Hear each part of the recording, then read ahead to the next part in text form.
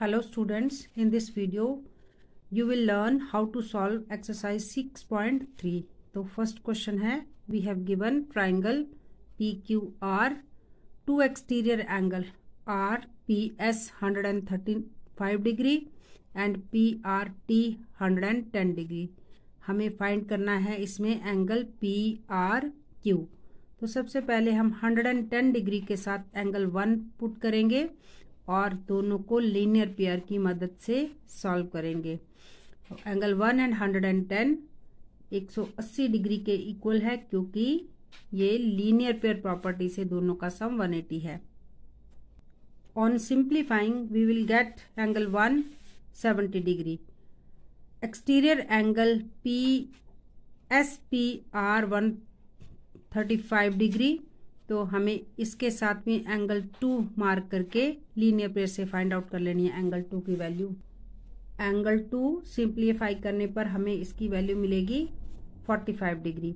अब एंगल 1, 2 और PRQ तीनों एंगल का टोटल लेंगे. Angle 1, angle 2, angle PRQ is equal to 180 degree by angle sum property of triangle. Angle 1 और 2 की वैल्यू को पुटअप करेंगे 70 plus 45 plus angle PRQ 180 degree और एंगल PRQ की वैल्यू आएगी 65 degree. In this way we can find the value of angle PRQ.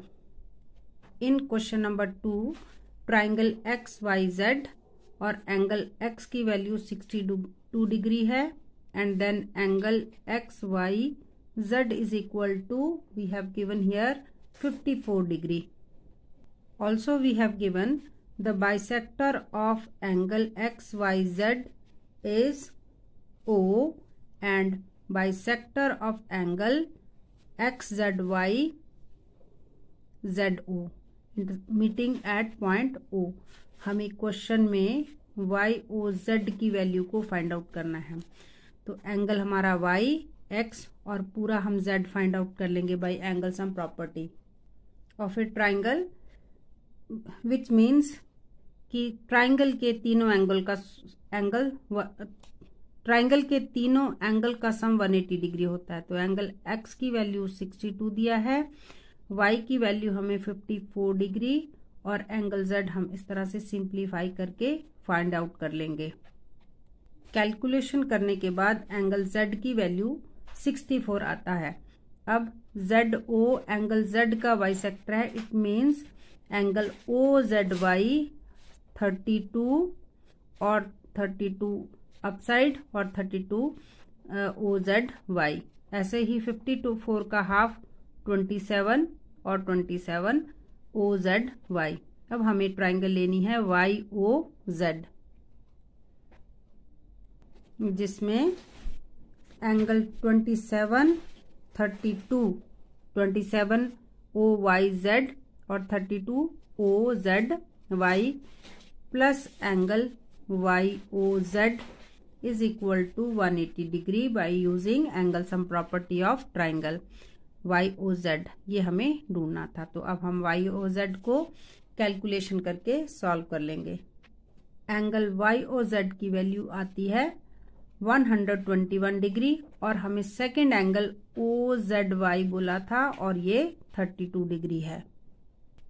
An important example of this exercise triangle PQR in which QT perpendicular to PR, angle TQR 40 degree, angle SPR 30 degree.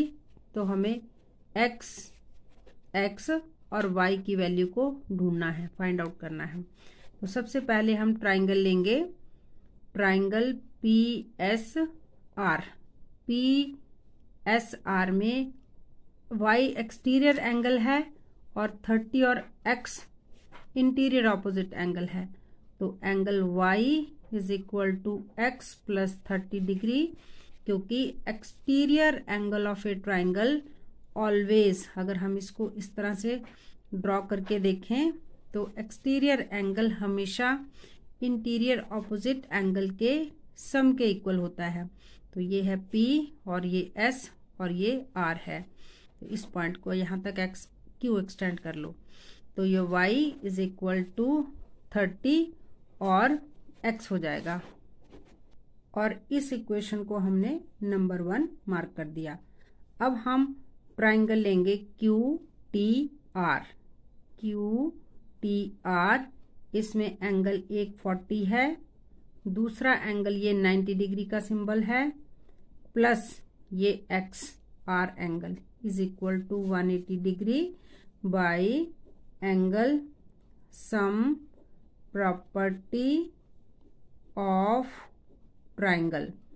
तो इनको जब हम calculate करेंगे, calculation करने के बाद x की value आती है हमारे पास, x is equal to 50 degree. अब इस 50 डिग्री जो x की वैल्यू आई, इसको हम नंबर 1 में यहाँ x में पुटअप कर देंगे, तो y is equal to x plus जो 30 हमारे पास था, अब y is equal to 50 plus 30 और y की वैल्यू 80 डिग्री आ जाती है, जो हमें क्वेश्चन में पूछा गया था। Important example of chapter 6. This is a very important question. AB parallel to EF and CD parallel to EF. ये तीनों लाइंस पैरेलल है और AE perpendicular to AB and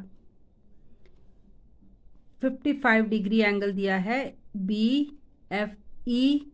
हमें x, y और z की वैल्यू फाइंड आउट करनी है। क्योंकि लाइंस पैरेलल है तो सबसे पहले हम क्या करेंगे, इसका y की वैल्यू फाइंड करेंगे। y plus 55 degree is equal to 180 degree. क्योंकि CD और EF पैरेलल है तो ये interior angle on the same side of transversal, transversal इसमें BE है, तो इसको हम शॉर्ट में को इंटीरियर एंगल्स भी कहते हैं। तो y की वैल्यू 180 माइनस 55, आंसर आया y का 125 डिग्री।